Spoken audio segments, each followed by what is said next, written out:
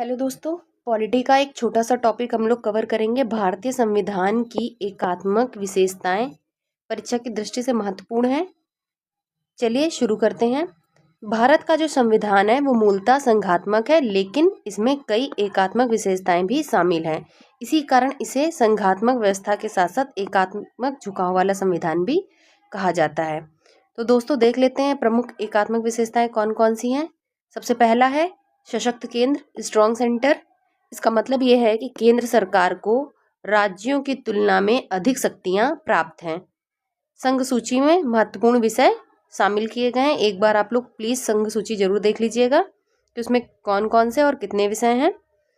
दूसरा है राज्य अनश्वर नहीं है। इसका मतलब संसद राज्य की सीमाओं, क्षेत्रफल एवं नाम में परिवर्तन कर सकती है। आर्टिकल 3 के अंतर्गत यह शक्ति संसद को प्राप्त है। तीसरा है एकल संविधान। भारत में केंद्र एवं राज्यों के लिए अलग अलग संविधान नहीं है, याद रखिएगा। संपूर्ण देश में एक ही संविधान संचालित होता है। जम्मू कश्मीर में विशेष प्रावधान था जो कि अब समाप्त हो चुका है। चौथा है हमारा संविधान का आंशिक लचीलापन। मतलब संविधान के अनेक प्रावधान साधारण बहुमत से संशोधित किए जा सकते हैं। इससे संविधान की एकात्मक प्रवृत्ति दिखाई देती है। पांचवा है राज्यसभा में असमान प्रतिनिधित्व। इसका मतलब राज्यों को समान प्रतिनिधित्व प्राप्त नहीं है। प्रतिनिधित्व जनसंख्या के आधार पर निर्धारित होता है। 6 नंबर है आपातकालीन उपबंध। राष्ट्रीय आपातकाल की स्थिति में संघीय व्यवस्था लगभग एकात्मक स्वरूप ग्रहण कर लेती है। केंद्र की शक्तियां अत्यधिक बढ़ जाती है।